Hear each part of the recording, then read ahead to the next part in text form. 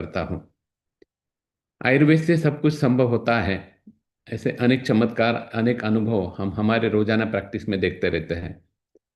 अभी कल ही संभाजी नगर से एक महिला जो कि 2020 में आयुर्वेद के पास आई थी, जबकि एक ही स्त्री में एक ही ऑर्गन में इतनी व्याधि हो सकती है, ये किसी के मन में दया का भाव उत्पन्न करने वाली थी। उसको बायलैटरल एंडोमेट्रियोमा, राइट हिमेटोहाइड्रोसाल्पिंग्स, एडिनोमाइसिस और मल्टीपल यूटेराइन फाइब्रॉइड्स थे। और चिकन पॉक्स की हिस्ट्री थी, तो टॉस टेस्ट भी उसकी पॉजिटिव थी। और उसके लिए वो इनफर्टिलिटी के लिए आयुर्वेद के पास आई थी।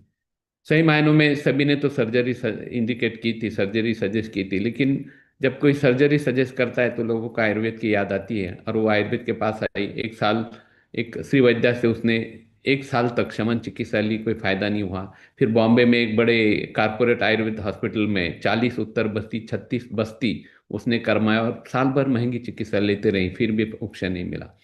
जब वो कोपरगांव आयुर्वेद के पास आई, तो मैंने एक ही कहा कि राइट हिमेटोहाइड्रोसाल्पिंग्स को यदि हम लाइगेट कर देते हैं तो वहाँ का जो सिक्रीशन है वो हैम्पर हो जाएगा, सिक्रीशन बंद होता है तो एडिनोमाइसिस और मल्टीपल फाइब्रॉइड को होते हुए भी कंसेप्शन हो सकता है। और रही टॉर्च टेस्ट की, तो उसकी 3 महीने प्रिपरेशन कर लेते हैं। तो ये उनको राइट हिमेटोहाइड्रोसाल्पिंग्स ट्यूब लाइगेट करने के लिए मैंने बोला। कई जगह पे हो गई, हर एक गायनेकोलॉजिस्ट ने हंसते हुए मजाक उड़ाया कि ये कौन सी ट्रीटमेंट होती है कि दरवाजा बंद करके खिड़की से अंदर आए। तो किसी ने ये किया नहीं, लेकिन दिल्ली में एक गायनेकोलॉजिस्ट ने वो ट्यूब लाइगेट करके दी, लेप्रोस्कोपिक। और फिर 3 महीने उसका एंटीवायरल आयुर्वेद चिकित्सा, उत्तर बस्ती विरेचन, रक्तमोक्षण और रक्तपित्तग्न चिकित्सा, ये ट्रीटमेंट चलती रही। और चौथे महीने में उसे हमने फॉलिकल स्टडी करवाया, गर्भस्थापक फलक का उत्तर बस्ती दिया।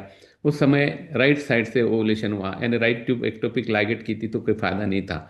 और 5th महीने में फिर से ओवुलेशन स्टडी करवाया, तब लेफ्ट साइड से फॉलिकल बना और 15 डेज फॉलिकल रप्चर भी हुआ। शारीरिक संबंध की सूचना देने के बाद में 1 महीने उपरांत उसका पीरियड मिस हुआ और उसे कंसेप्शन हो गया। पूरी एएनसी आयुर्वेद से चली। कम से कम 50 से 100 फोन उसने मुझे उस समय हर एक कुछ छोटी छोटी शंका के लिए किए होंगे।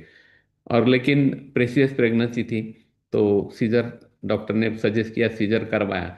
तो एक लंबी सी, आज तक 4 किलो 100 ग्राम का लड़का आयुर्वेद एएनसी से होते हुए मैंने देखा था। लेकिन ये लड़की वेट से भी ज़्यादा थी और हाइट से भी ज़्यादा थी। तो डिलीवरी के बाद में उस हॉस्पिटल के बाकी के पेशेंट इतनी लंबी लड़की कैसे हुई ये देखने के लिए आए थे।